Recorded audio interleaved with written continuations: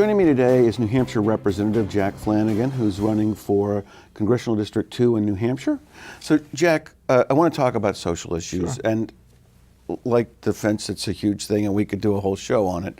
I want to start with what I think is probably the most pressing issue that people think about New Hampshire right now, the opioid epidemic. Oh, absolutely.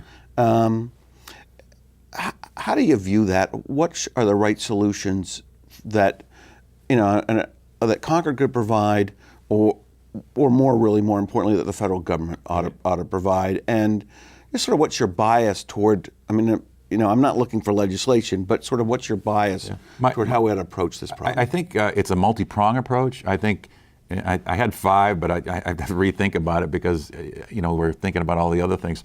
But I mean, we need to educate our kids beforehand. I mean, let's face it, they'll get an injury and they'll be prescribed some opioid for the pain, and we have to let the doctors know that there's a need for change, and they are doing that. I know at the Concord level, and I heard just the other day that the federal level they're making some changes. We need treatment. The ones that are addicted to the opioids, I heard it's like. Is it like 30 weeks or something? The treatment to withdraw from an opioid is significant, and it does change the chemicals within your brain. So it's either 30 months or 30 weeks. And I can't answer the question, but I do know it's not you're drying out overnight and it's gone. Exactly. The other thing too is similar to crack cocaine, where we had, shall we say, an epidemic for that within the decade. We need to put more money in law enforcement. And talking to the chief of police in Nashua. They know where the drugs are coming from. It's Haverhill and Lowell and Lawrence area. And it's actually coming in through Mexico. So we need law enforcement. And you're starting to see more arrests, which is what I brought up to him. I said, you never see any arrests from these heroin dealers. And you're starting to see more and more of them. And I just think, it's a multi-pronged approach. And, I don't... Because of the addictive nature of the opioids and really a lot of how it starts, I think we have to really be cognizant of the fact that I know it's a crime, but treatment needs probably to be forefront for the people that are using it. So it's a supply and demand. You're a business professor, right? If we cut down the supply and reduce the demand, at some point in time we'll grasp it and the deaths should go down. What I'm hearing is some strategies could be attack demand. Or another attack supply. Correct. And what I'm hearing is from at least a law enforcement perspective, attack the supply from law enforcement. I mean, correct me if I'm wrong, and more from a medical perspective on the demand side. Yeah, I think that's sort of what I was referencing is that, the doctors have to watch out for the prescriptions. We don't want any more people being addicted to the opioids. That's the training part. And then the treatment part, it's going to be a long cycle, but hopefully that they want to get dry out of the stuff. And again, the policing part. I think, the more arrests we see about, these people, and they're killing people, there's no doubt about it, then we will do it. I actually had a bill that it was one of 3 that allowed for a registry of dealers that sold heroin.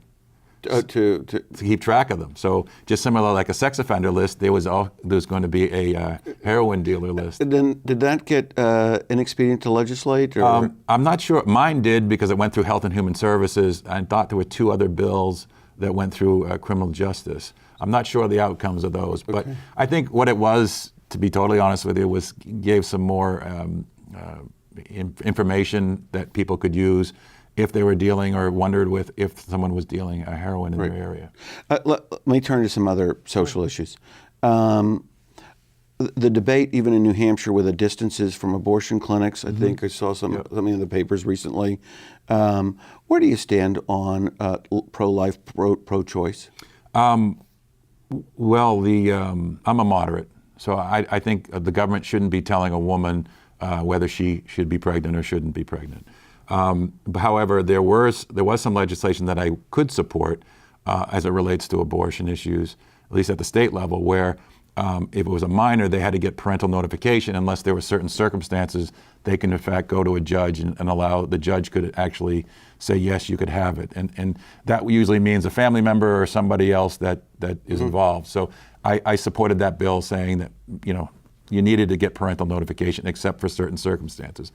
And also late-term abortions. There's already federal law with it, but I thought, knowing some of the situations with late-term abortion. It's always the life of the mother, rape, or incest too, I will consider. But going back to the fundamental principle is that I just don't think government should be in that business. The other thing too is the Supreme Court's already been down this road. I mean, if people want to outlaw abortions, then they're going to have to make sure the Supreme Court is the one that would be changing it.